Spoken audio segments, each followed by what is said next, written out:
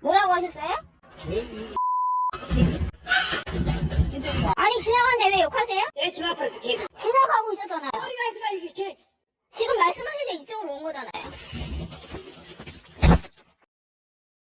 가까이 가자마자 갑자기 엎드려서 강목을 집어들고 머리를 내려친 거예요. 그래서 어차피 징역 갈 거 죽여버려야겠다고 하면서 강목으로 이제 계속 때리다가 강목이 부러지니까 바로 제 옆에서 셀파이프를 주워서 어떻게 도망갈 겨를이 없더라고요.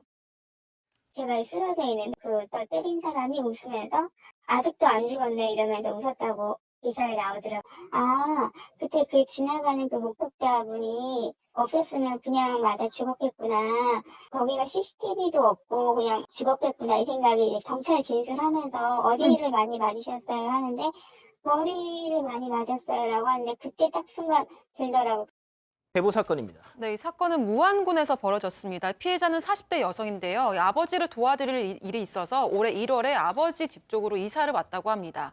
평소에 반려견을 데리고 산책을 나가는데요. 이때 산책로를 가려면 60대 남성이 사는 이웃집을 지나가야 합니다. 이 집은 이 피해자가 사는 집과 한 200m 정도 떨어져 있습니다. 지난 7일에도 이 반려견을 데리고 산책을 나가는데 이웃 남성의 집을 지나가고 있었는데 여기서 실랑이를 하다가 폭행을 당한 겁니다.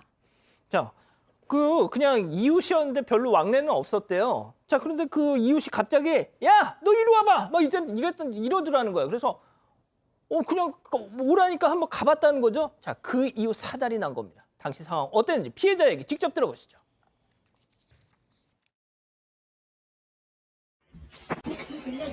뭐라고 하셨어요?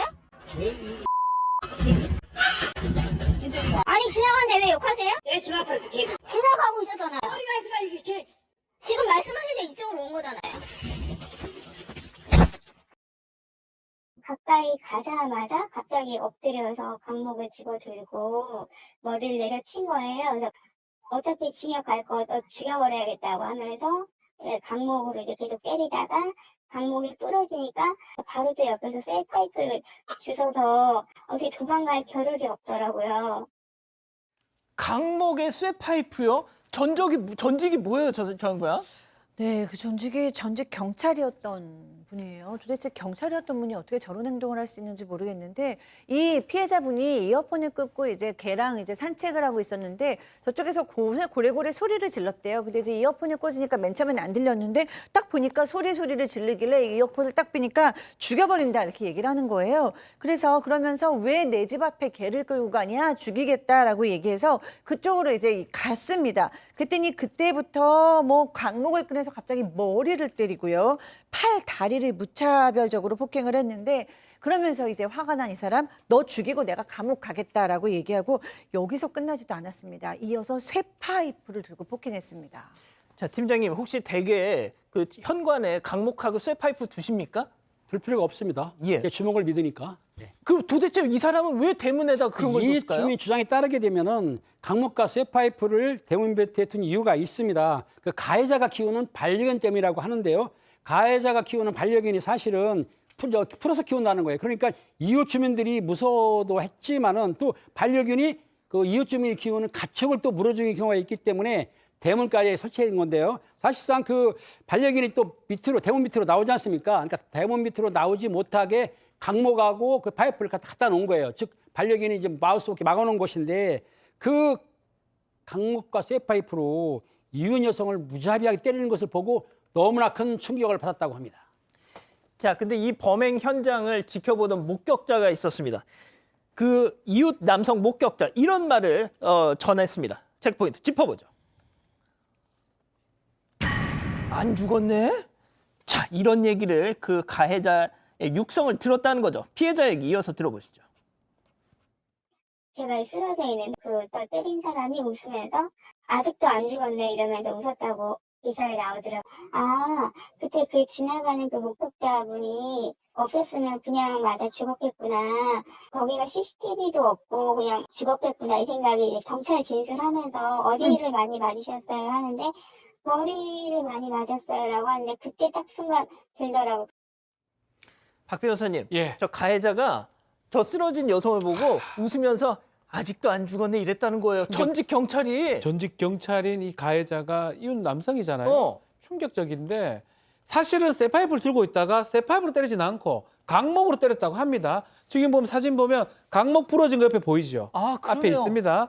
그리고 피해자는 쓰러져 있습니다. 그런데 봤던 주민의 얘기에 따르면 아이고야 아직도 안 죽었네 라는 얘기를 했다라고 해요. 이 가해자가 또 집으로 들어가면서도 웃으면서 욕설을 했다고 합니다. 근데 그 도중에 경찰에 신고를 했고요. 경찰이 도착했고 나중에 피해 여성은 병원으로 이송이 됐다고 합니다. 박 교수님 이 뭐예요 도대체? 상처난 거 좀 봐. 네, 전치 구주입니다. 전치 구주. 뭐 대단한 싸움이 난 것도 아니고 그냥 개를 데리고 집 앞을 지나가다가 동네에서 싸움이 난 건데 전치 구주가 될 정도로 이 여성을 때린 거예요. 근데 뭐 이 문제가 사실은 그 전조 증상이 좀 있기는 했다라고 합니다. 예전에도 그 집 앞으로 개를 데리고 지나가면은 화를 내고는 해서 아니 그 집안 안에다가 우리 개가 무슨 용변을 한 것도 아니고 그 밖에는 국가 땅이니까 국가 땅에 아이가 좀 뭐 용변을 할 수도 있고 이렇지만 그쪽에서 너무 싫어하니까 피해 갔다고 합니다. 그런데 어느 날 집을 꽝꽝꽝꽝 두들기면서 반말을 하고 욕설을 하고 망치를 들고 한번 온 적이 있대요. 그때 무서워서 대꾸도 안 했는데 그 후에는 서로 피해 다녔고 길거리에서 마주친 적이 있지만 뭐 서로 그냥 말없이 지나가게 돼서 이날도 그냥 지나가고 있었는데 이렇게 폭행을 시작했다고 합니다. 이 전직 경찰 지금 뭐 조사를 받고 있다는데 그 동네에서 힘 좀 꽤나 쓰는 사람이라면서요? 맞습니다. 전직 경찰이 가해자인데 가족들도 뭔가 한가닥 하는 걸로 피해자는 좀 알고 있고요. 그런 부분을 좀 두려워하고 있습니다. 일단 첫 번째, 가해자가 전직 경찰인데 이 가해자의 아내는 전직 전직 시의원이라고 하고요. 또 처남 같은 경우는 현직입니다. 도의원. 뭐 별거 아닌 것 같지만 그래도 저 동네에서는 셉니다. 그러니까 피해자 입장에서는 한가락하는 집안을 느껴질 수가 있는 거거든요. 그래서 지금 손방망이 처벌 받는 거 아니냐 우려하고 있는데 특수폭행으로 입건이 되기는 했는데 예. 문제는 가해자한테 연락 온 적은 없고요. 가해자 아내 정도 죄송하다는 문자 정도가 왔다고 합니다.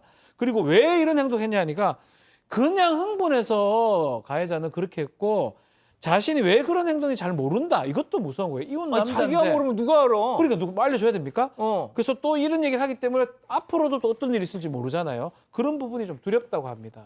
자, 김은배 팀장님 짧게 딱 한 문장으로만 말해주세요. 저렇게 뭐 전직 시의원이고 뭐 현직 뭐고 소용이 있습니까 없습니까? 소용 없습니다. 법과 원칙에 따라서 처벌을 받을 겁니다.